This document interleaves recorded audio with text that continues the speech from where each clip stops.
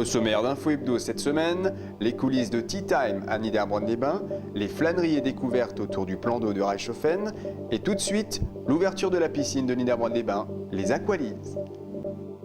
Donc cette nouvelle structure qui s'appelle désormais les Aqualises a ouvert depuis le vendredi 28 mai. Alors au niveau des mètres carrés de surface de bassin, nous avons gagné le bassin extérieur de loisirs qui fait 150 mètres carrés, qui nous dégage beaucoup de le bassin sportif en fait. Les gens peuvent vraiment nager maintenant dans le bassin sportif puisqu'il y a de la place. Nous avons une pataugeoire animée avec des jets d'eau ludiques, des petits jeux à l'intérieur. On a un bassin d'apprentissage qui reste le même qu'avant avec des douches déferlantes et des buses massantes. Et nous avons le toboggan, un toboggan de 55 mètres avec une fosse de réception séparée de tous les bassins, ce qui nous permet de le faire fonctionner en permanence. Donc, la piscine est équipée de 4 vestiaires collectifs comme ceci, totalement équipés en table allongée, puisque nous avons une association de bébés nageurs assez importante sur la ville de Niederbronn. Donc maintenant, ils ont des installations adaptées à leurs besoins. La nouvelle infirmerie qui est directement reliée avec l'extérieur pour un accès plus facile des secours et équipée d'une table, de tout le matériel nécessaire pour des secours efficaces. Donc ici, nous avons la caisse avec un système totalement informatisé, un contrôle d'accès qui nous permet de contrôler à tout moment la fréquentation de l'établissement.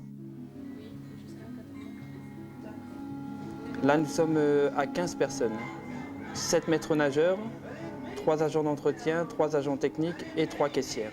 Au niveau de la clientèle, on n'a pas fait encore beaucoup de communication sur l'ouverture de la piscine puisqu'on voulait démarrer en douceur pour voir un peu comment fonctionnait l'établissement au niveau des nouveaux bassins, du nouveau contrôle d'accès au niveau de la caisse.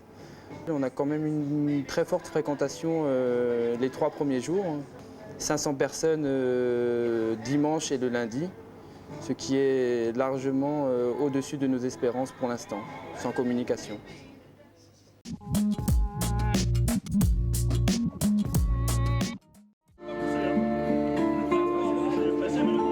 Toute cette magie est encore là, à quelques rêves, à quelques pas.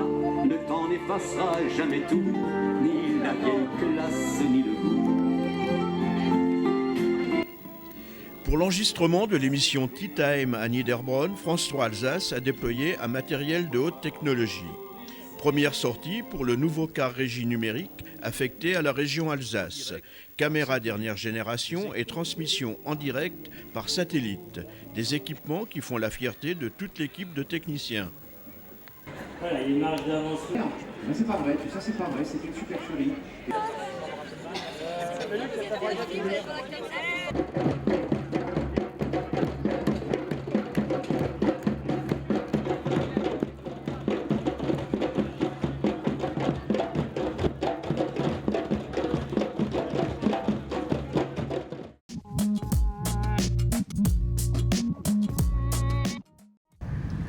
Le week-end de Pentecôte est animé pour la ville de Reichshofen. En plus du festival Qui veut gagner la culture, le plan d'eau est la base d'une nouvelle manifestation. Il s'agit des flâneries et découvertes autour du plan d'eau. La PPMA l'organise avec la ville de Reichshofen ainsi que le concours de l'ONF, l'Office du tourisme et le Psychoparc. L'objectif est de promouvoir le site du plan d'eau et de sensibiliser le public à la qualité de l'eau. Une exposition sur les thèmes de l'eau et de l'environnement se tient dans les locaux de la PPMA. Des aquariums présentent une grande variété de poissons d'eau douce, tous présents dans la région. Parmi les démonstrations, de la pêche à la mouche. Les mouches sont fabriquées sur un stand puis exploitées par les pêcheurs. Sur le plan d'eau, des carpistes se sont installés pour recenser les carpes. Une fois attrapées, elles sont pesées puis relâchées. Ce week-end de Pentecôte aura ainsi permis d'éveiller l'intérêt écologique des jeunes et des moins jeunes.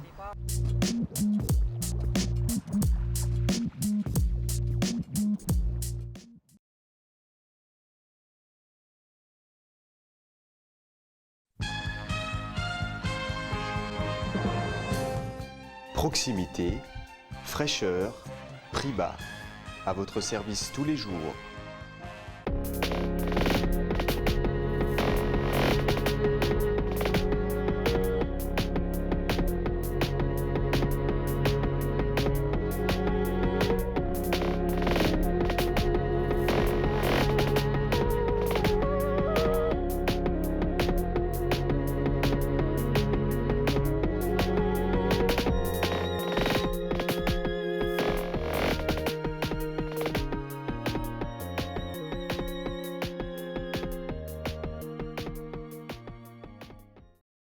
Dans ce nouveau numéro de Mac 3V, le festival Qui veut gagner de la culture à Niederbronn et Reichshofen, suivi d'une recette de ballotine de canard.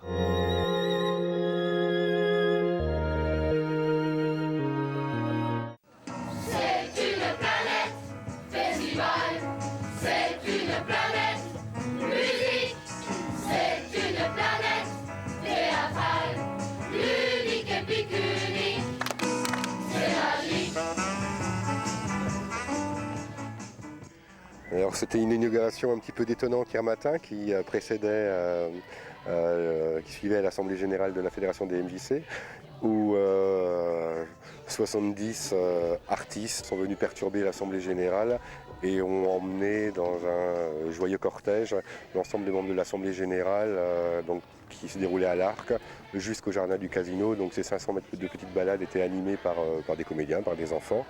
Et ensuite s'en sont suivis la traversée du jardin des Arts et l'inauguration officielle du festival. Ce projet est né il y a 1 an au niveau de la Fédération des MJC du Bas-Rhin, où il nous a semblé intéressant de relever le pari, de réunir l'ensemble de notre réseau autour des pratiques culturelles et créer un événement qui, en un week-end, permettrait de valoriser l'ensemble des pratiques culturelles amateurs en danse, théâtre, art plastique, hip-hop, etc., etc.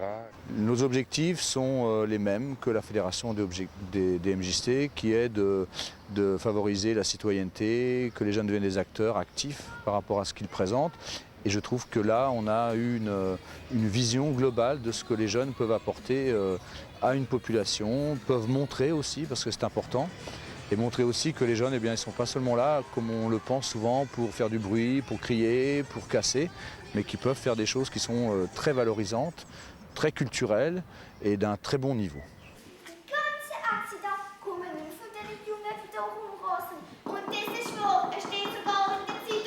Le réseau de la Fédération des MJC, c'est une centaine d'associations ou territoires avec lesquels on travaille sur des politiques d'animation enfance-jeunesse.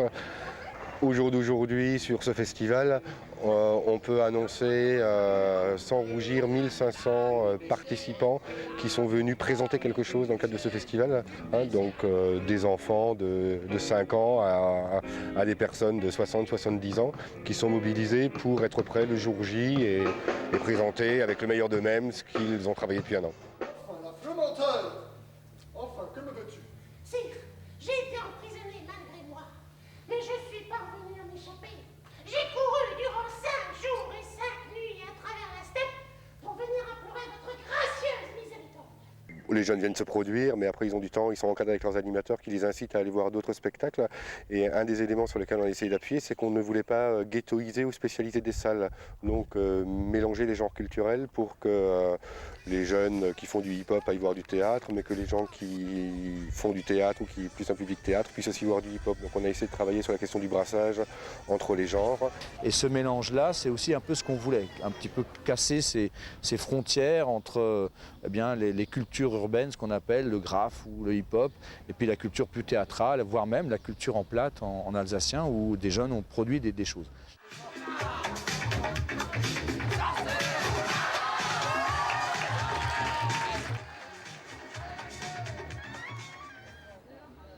Le Jardin des Arts, c'est spécifiquement peinture, activités artistiques, sculpture, performance, photographie.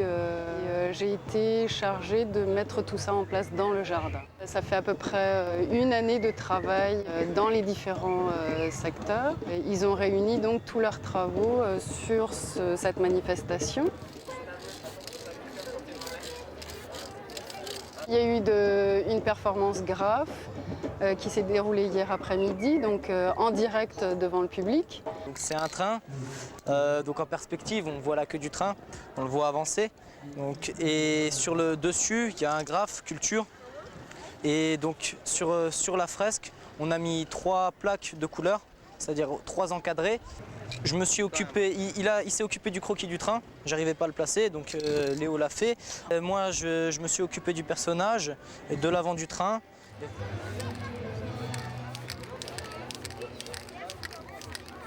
Pourquoi le site? Plusieurs raisons. La première, c'est bien sûr Rail, qui est une association membre du réseau de la Fédération des MJC et au regard de son implantation, il nous a semblé intéressant de bosser avec eux. Et puis deuxième élément, il est assez rare de trouver dans le département du Bas-Rhin 2 communes à 2 km l'une de l'autre qui ont des équipements culturels de cette qualité. Voilà. On voulait rendre cette culture accessible au plus grand nombre. Hein.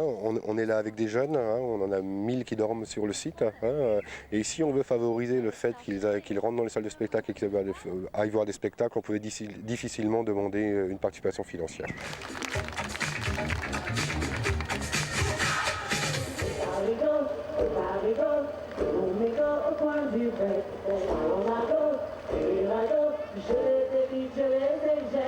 En fin de compte, on voulait finir ce festival pour offrir à notre public et tous les festivaliers qui étaient là ce qu'on appelle la cerise sur le gâteau, quoi, qui repartent avec un souvenir fort de ce qu'est un festival sur la culture. C'est un petit peu, je veux dire, l'aboutissement de ce festival où tout le monde s'est réuni autour dans quelque chose de fusionnel. J'ai juste un regret sur ce festival. On se rend compte que le milieu du showbiz, le milieu artistique parisien, nie aussi la culture locale, et là ils l'ont vraiment fait, quoi. C'est-à-dire, je suis très très déçu de la manière dont le concert s'est passé, parce qu'un monsieur comme Calogero se moque éperdument de ce qu'il y a au niveau local, puisque c'est une star, et donc dans les choix qui ont été faits sur le concert, eh bien, le groupe de rock Radio 77 a été gommé de cette programmation 2 jours avant, parce que effectivement les artistes nationaux ne prennent pas en compte ces jeunes artistes qui débarquent, et là je suis très déçu parce que c'est à l'inverse de notre projet en fin de compte, quoi, hein. De pas avoir pu eh bien, prendre en compte aussi nos jeunes acteurs locaux qui eux sont là, et quand les artistes nationaux partent, ces jeunes acteurs locaux restent là et ils sont encore là. C'est pas plus grand qu'un cœur tranquille, c'est nos racines, c'est nos racines. Un bilan global très positif. Les premiers chiffres qu'on peut donner, c'est en tout cas, ça tourne entre 10 000 et 15 000 personnes qui ont circulé sur les 2 jours. Et en plus, nous n'avons pas eu de débordement malgré le grand nombre. Il y a 2 évanouissements et un point de suture sur ce festival, donc c'est rien, quoi, je veux dire, par rapport à ce qu'on peut attendre. Et je crois que tous ces publics-là, tous ces jeunes et tous les commerçants qui ont participé à ce festival, qui nous ont aidés, tous les partenaires institutionnels, financiers, nos sponsors, moi j'ai fait un peu le tour là depuis 2 jours, en sont tous très très très satisfaits et me demandent c'est quand la prochaine fois qu'on recommence ce festival.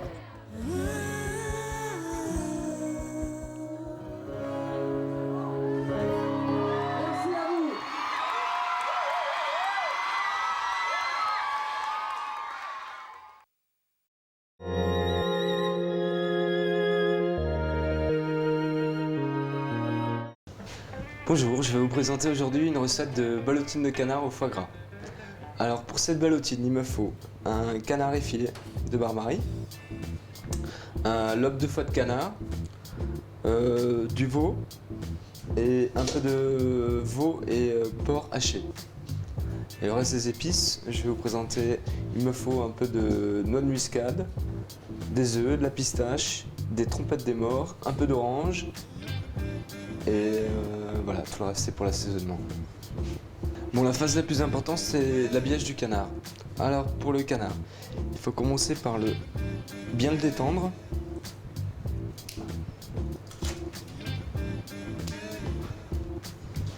Détendre la chair du canard. Voilà. À l'aide d'un petit couteau, on va enlever tout ce qui est plumes, tubes qui restent accrochés autour. Pendant ce temps-là, Mike il va nous préparer la farce pour le canard. Alors on va prendre les 600 g de porc et de veau haché. Mike il va émincer du veau en grosses lanières et préparer le foie gras de telle sorte à le mariner. Voilà.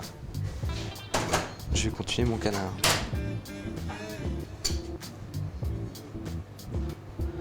Alors une fois que les plus gros tubes des plumes sont sortis, on va prendre notre canard et on va le flamber.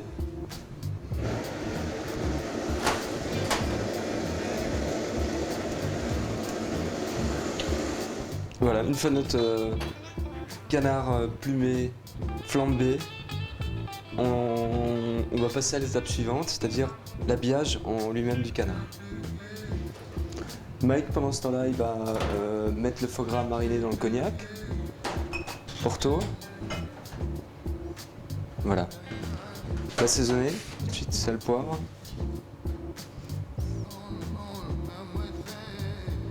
Et un tout petit peu de cannelle moulue.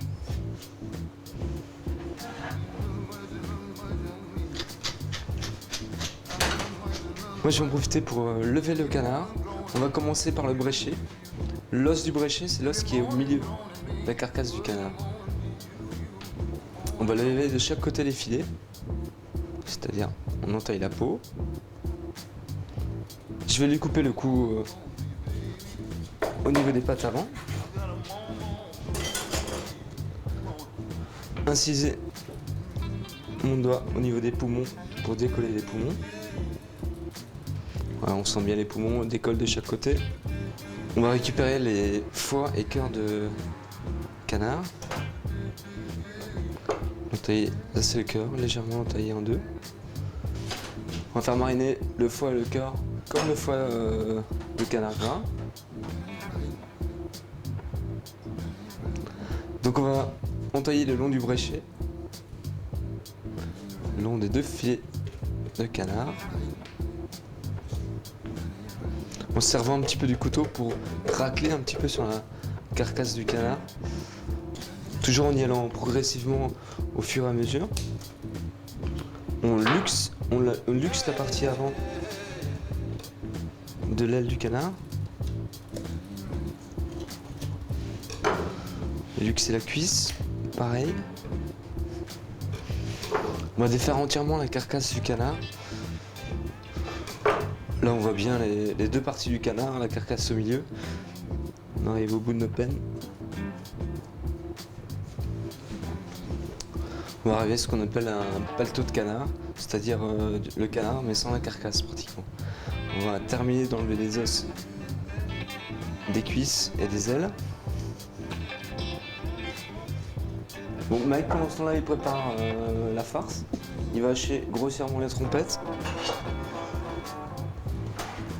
Et rajouter à notre mélange porc et veau. Rajouter le veau coupé en grosses lanières. Rajouter les pistaches. Alors il y a 20 grammes de pistaches émondées. Rajouter la noix-muscade râpée. La cannelle en poudre, oui.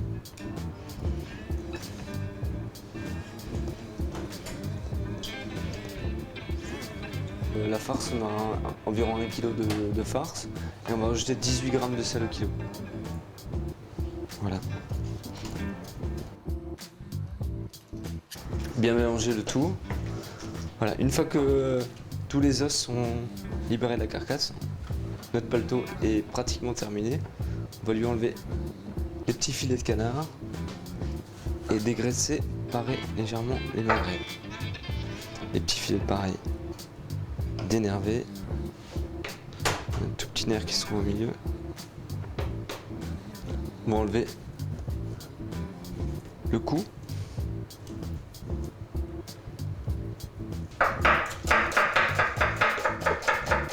La farce du canard se travaille sur un peu de glace pilée pour la garder bien fraîche. Mike pendant ce temps-là il prépare des oignons émincés. Le paletot de canard, on va le saler.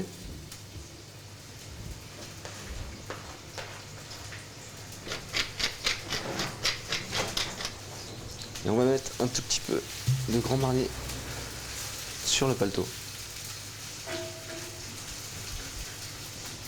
Quelques zestes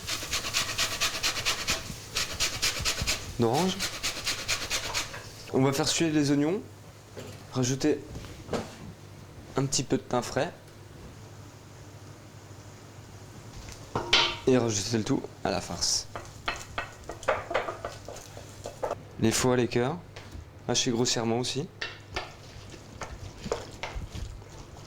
Notre paletot est prêt, légèrement mariné, la farce terminée aussi. On va prendre notre canard et on va le rouler. C'est-à-dire on va mettre le canard au fond. On a mis la moitié de la farce au milieu du canard. On a disposé les lobes de foie de canard dessus. Et on va remettre une autre moitié par-dessus. Et après, enrouler le tout. Bon, très important, vous voyez, il prend déjà un petit peu la forme du canard. Car il centre bien tout au milieu pour rabattre après la peau par-dessus.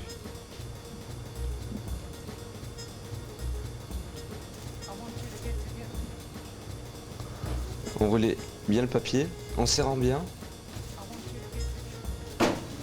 en fermant les extrémités de chaque côté. On va remettre une deuxième couche de papier film. On va faire un nœud de chaque côté.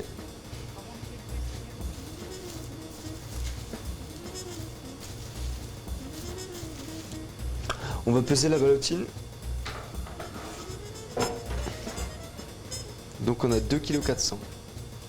En comptant 1 heure par kilo, il nous faudra 2 heures et demie de cuisson. On va rajouter quelques feuilles de laurier, un peu de thym.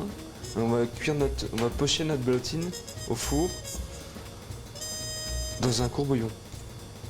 Pourquoi dans un courbouillon? Pour justement bien garder la forme de la ballotine. Si on le cuirait dans une plaque ou dans un plat au four comme ça n'irait pas. Il faut absolument le faire cuire dans un courbouillon pour lui garder une belle forme ronde. On va enfourner la ballotine pendant 2 heures et demie à un four préchauffé à 150 degrés.